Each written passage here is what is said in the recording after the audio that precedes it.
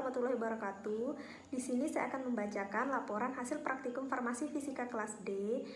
Saya dan kelompok saya, perwakilan dari kelompok 8, dengan dosen pengampu APT Theodora M. Pham, dan anggota kelompok saya yang pertama ada Sela Lucia dengan NIM 19330 707, kemudian ada Desi Kristiani dengan NIM 19330 751, kemudian ada saya sendiri Sri Wahyuni Putri Andini dengan NIM 19330 761, kemudian ada Yuni Lestari dengan NIM 19330 763, kemudian ada Yulia Galuhwati dengan NIM 15330 107.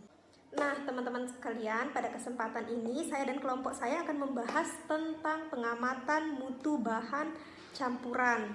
Nah, di mana berkaitan dengan viskositas atau kekentalan. Viskositas itu sendiri atau kekentalan itu sendiri pada suatu zat disebabkan karena adanya gaya tarik-menarik antar molekul sejenisnya. Nah, di mana semakin tinggi viskositas maka semakin besar pula tahanannya. Nah, ada beberapa hal yang mempengaruhi viskositas itu sendiri. Di pertama ada suhu, tekanan, penambahan bantuan lain, berat molekul, dan lain-lain. Nah, teman-teman sekalian, selain kita membahas tentang viskositas, kita juga di sini membahas tentang emulsi. Emulsi adalah sistem dua fase di mana salah satu cairannya terdispersi oleh cairan lain. Nah, di sini emulsi itu biasanya tergolong dua jenis. Yang pertama, emulsi water in oil dan emulsi oil in water. Selain emulsi, ada di sini tentang pengendapan. Pengendapan merupakan proses pemisahan larutan campuran menjadi fluida yang mengandung konsentrasi padatan lebih tinggi. Di sini juga ada pengertian campuran, di mana campuran itu adalah zat yang tersusun dari beberapa zat lain sejenis dan tidak tetap susunannya dan unsur dari senyawanya sendiri. Di sini saya akan membacakan pengamatan hasil bobot jenis dari lotion vitamin E. Nah, di mana kelompok saya mendapatkan massa pikno kosongnya itu sebesar 15,5 gram. Kemudian volume piknonya itu sendiri 10 ml. Nah, massa pikno plus bahan ujinya 27,5 gram. Massa uji bahan piknonya itu sendiri 12 gram. Nah, jadi bobot jenis yang diperoleh dari lotion vitamin E itu sendiri 1,2 gram per mili. Yuk kita lihat yuk rumusnya. Yang kedua, hasil dari pengamatan viskometer Brockfield itu sendiri. RPM-nya, skala bacanya, faktornya, dan spindelnya sudah kami ketahui.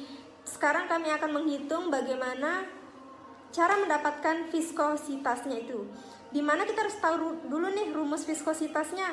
Nah, rumus viskositas itu sendiri faktor dikali skala baca. Nah, di sini kami sudah mendapatkan skala bacanya yaitu 5, 14, 24, 45, 65, 61, 40, 15, 52. Kemudian faktornya nih. Nah, faktornya yang kami dapatkan itu 4000, 2000, 800, 400, 200, 200, 400, 800, 2000, dan 4000.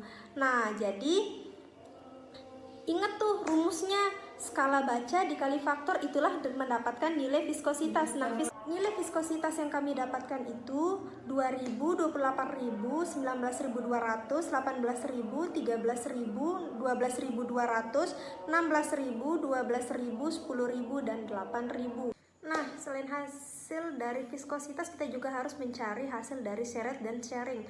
Di mana seret itu sendiri kita harus mendapatkan dari perhitungan RPM dikali spindelnya itu sendiri.